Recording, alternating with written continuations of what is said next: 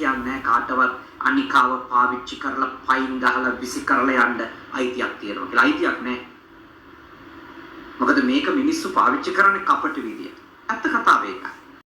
මොකක්ද අපේ බුදුහාමුදුරුවෝ ගිහියන්ට යෝජනා කරන්නේ? ඔබට ඇත්තටම එකිනෙකාව ප්‍රියශීලීව අසුරු කරන්න ඕන. එකිනෙකා සමග ප්‍රියශීලීව ජීවත් වෙන්න ඕන. භාග්‍යවතුන් වහන්සේ දේශනා කරනවා එකිනෙකා එක සමාන පරිත්‍යාගශීලී ගුණයකින් යුක්ත වෙන්න ඕන කියලා. එක සමානව පරිත්‍යාගශීලී වෙන්න ඕන. එකට ජීවත් වෙන්න. ආදරෙන් බැඳුණු ඇත්තෝ සෙනෙහසින් බැඳුණු ඇත්තෝ තේරුම් අරගන්න ඕන දෙයක් ලෙස මම හිතනවා. සෙනෙහසින් බැඳෙන්න වගේම එකිනෙකා සමග එකට ඉන්න බෑ කියලා පැහැදිලි නම් වෙන් වෙන්නත් එකිනෙකාට අවස්ථාව සහ අයිතිය තියෙනවා. එක සෙනෙහසින් බැඳෙනකොටම ආදරෙන් බැඳෙනකොටම තේරුම් අරගෙන ඉන්න ඕන දෙයක්. ඔබට ආදරය කරන යමෙකුට එක තැනකදී ඇත්තටම ඔබ සමග ජීවිත යාත්‍රාව ගෙනියන්න දුෂ්කරයි කියලා තේරෙනවනේ. එක්ක දැනුමේ නොගැලපී, හැඟීම් වල නොගැලපී, කායික නොගැලපී, සමාජීය නොගැලපී, විවිධ නොගැලපීන්නේ. මොකද සමහර අය මා එක්ක කියලා තියෙන දෙයක් තමයි ආමුදුරුවෝ මම මෙයාව තෝරගත්තේ අවුරුදු 17. ඒ කාලේ මට ඇත්තටම මෙයා මගේ ජීවිතේට ගැළපෙන හොඳම කෙනා ලෙස හිතුණා.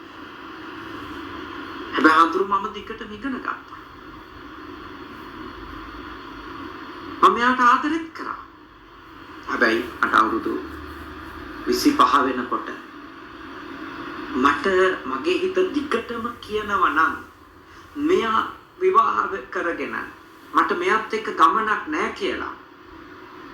මම හාමුදුරුවෝ මෙයා එක්ක මැරෙනකන් ඉන්න ඕනිද? මම අකමැත්තේ. ඒක වැදගත් ප්‍රශ්නයක්.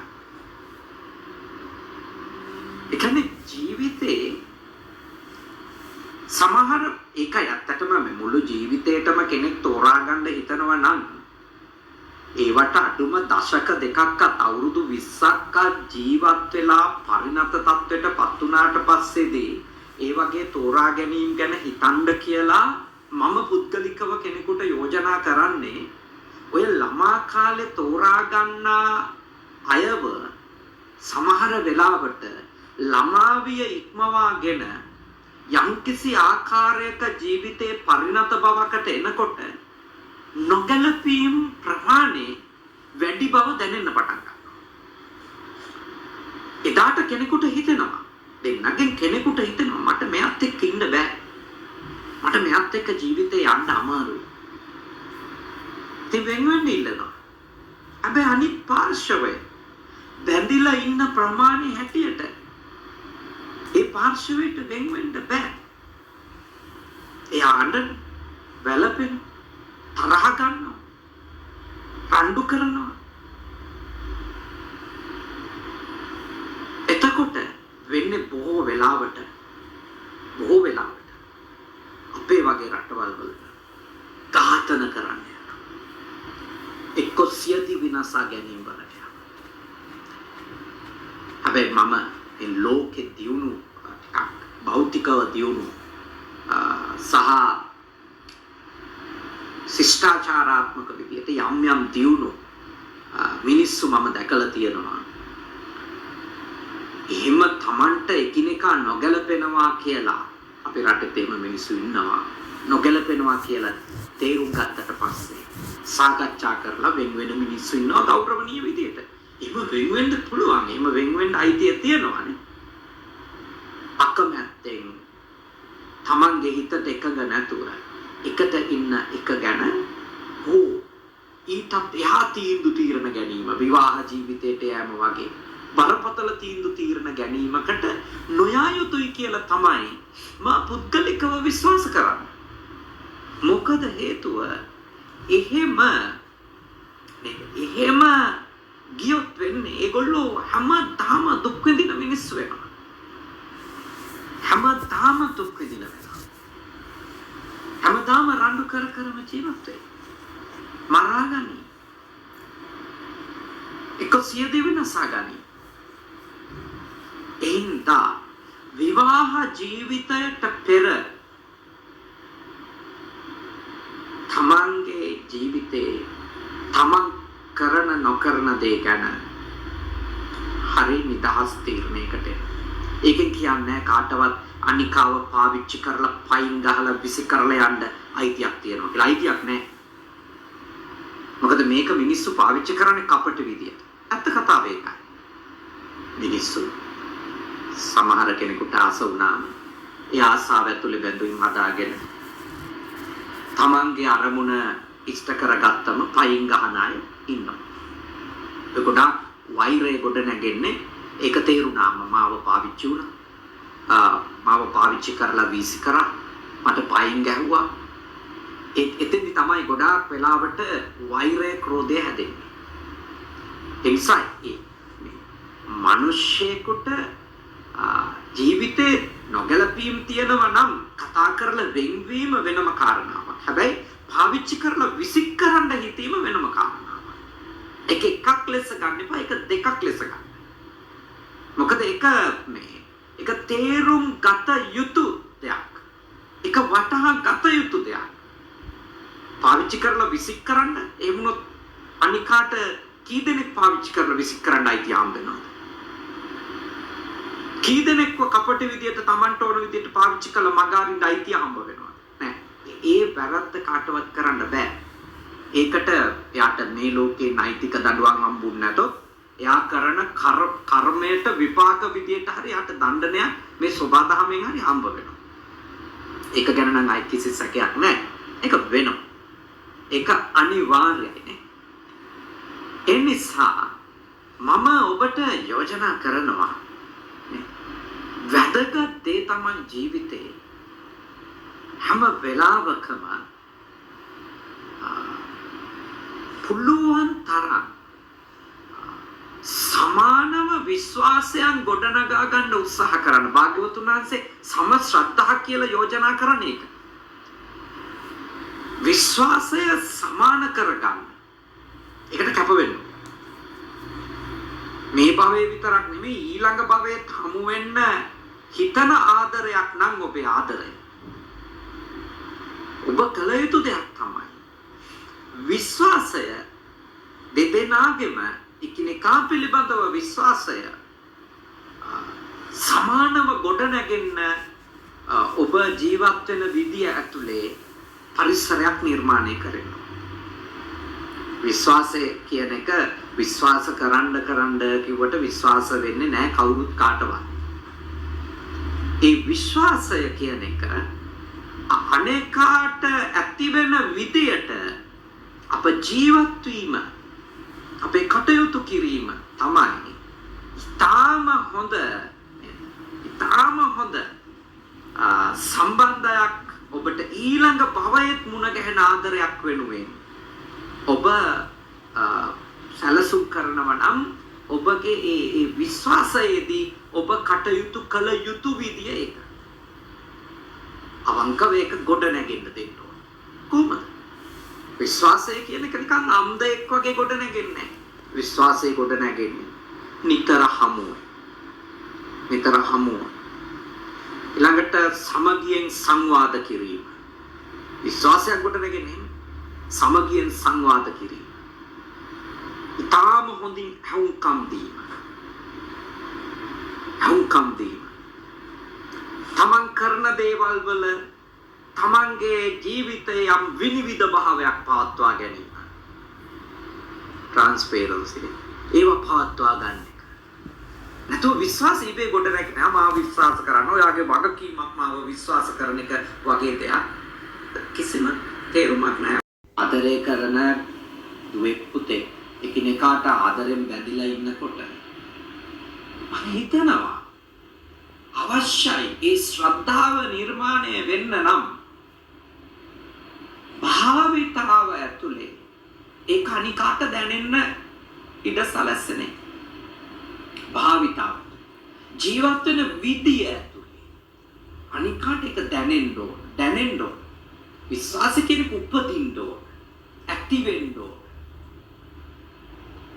එහෙනම් ඒ භාග්‍යවතුන් වහන්සේ නකුල පියතුමාටත් නකුල මව්ටත් කියලා දෙන්නේ එකිනෙකාට ඊළඟ භවයේ හමු වෙන්න ඕන නම් සමාන්තර විශ්වාසකින් වැඩ කරන්න. එක්කෙනෙකුට කියන්න එපා මාව විශ්වාස කරන් ඉන්න කියලා. එහෙම ඉන්න එපා. ඒ වෙනුවට ඔබතුමාගේ බිරිඳ වෙන මේ නකුල මාතාවත් දෙදෙනාම සමාන විශ්වාසයක් එකිනෙකා වෙනුවෙන් ගොඩනගා සම්මත ශ්‍රද්ධාව.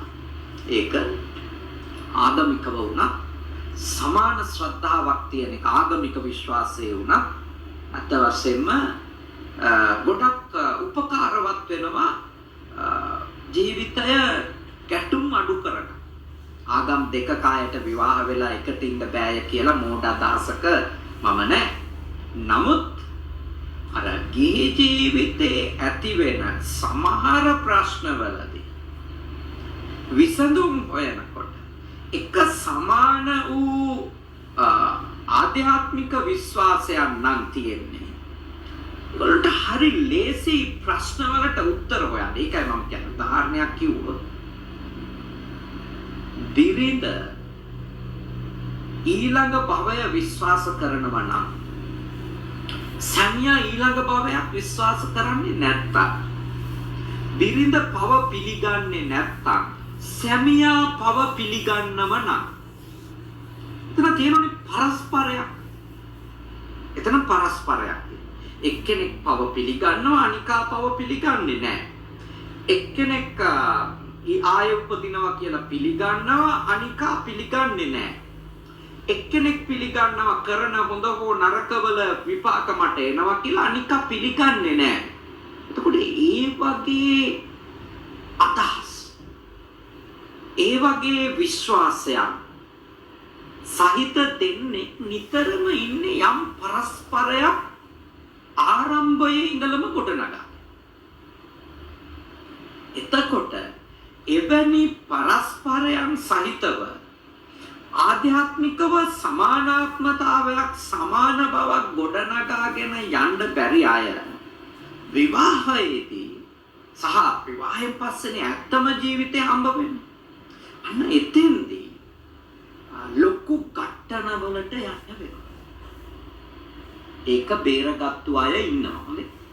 ඒක බේරගත්තු අය ඉන්නවා. හැබැයි ගොඩාක් අය ඔය කිව්වට බේරගත්තා කියලා ඇත්තටම වෙලා තියෙන්නේ එක්කෙනෙක් අනිකාගේ විශ්වාසය වෙනුවෙන් තමාගේ විශ්වාසයන් අතාරින එක ආගමික වුණා. ඒක තමයි ගොඩාක් වෙලාවට වෙලා තියෙන්නේ.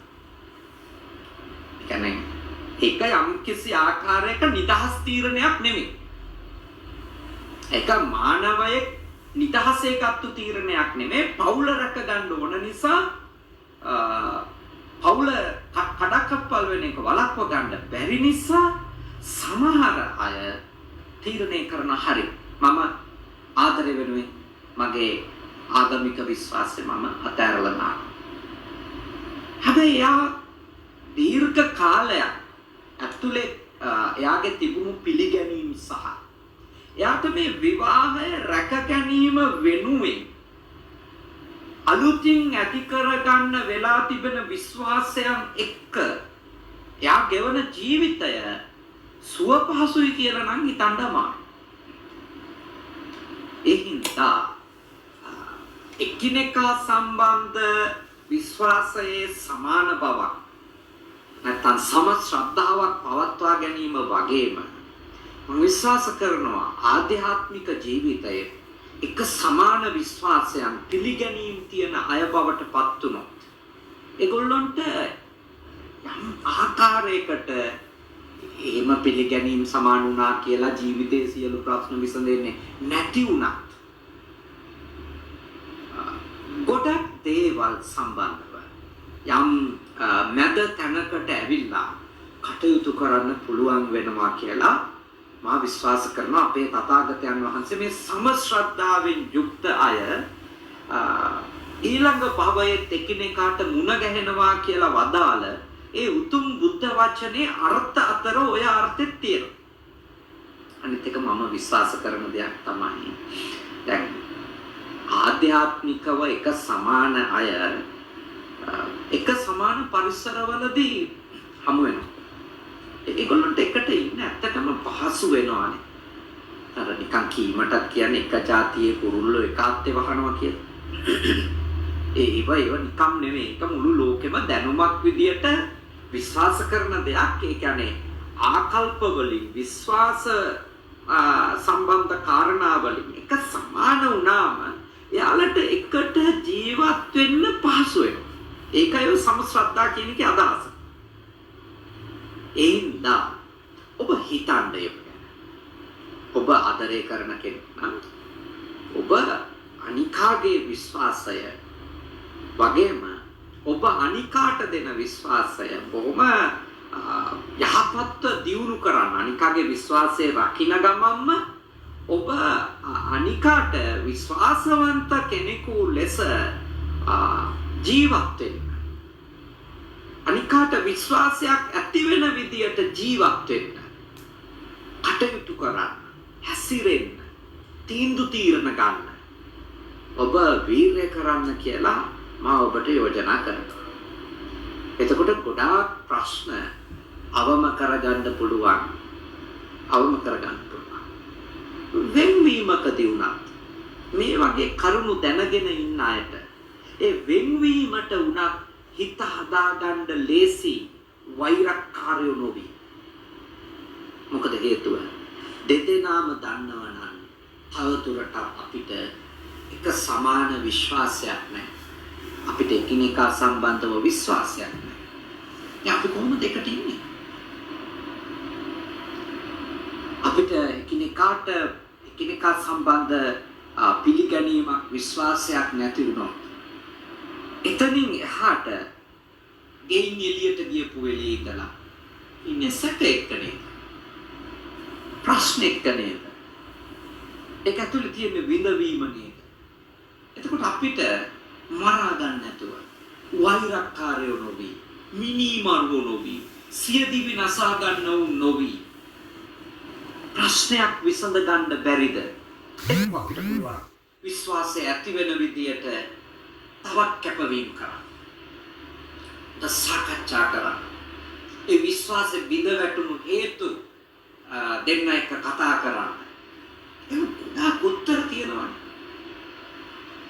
මරා දැමීම සහ සියදිවි නසා ගැනීම වගේ තීන්දුව తీරන වලට යන්න කලින් කොච්චරනම් ක්‍රමවේද තියෙනවද මිනිස්සෙකුට ජීවිතේ ඇති වෙන ප්‍රශ්නයක් විසඳ ගන්න. තමන්ට හිතා. තාම ගැඹුරින් මේවා කල්පනා කරන්න. මේවාට අපේ රටට ඕන. අපේ මිනිස්සුන්ට ඕන මේ දැනුම. මානව සම්බන්ධකම් යහපත්ව, ශ්‍රේෂ්ඨව, ප්‍රබුද්ධ ලෙස, ආදරණීය ලෙස, උසස් ලෙස පවත්වා ගන්න. සත්තු වගේ ජීවත් වෙන්න නම් මේ මුකුත් දැනුම ඕනේ නැහැ.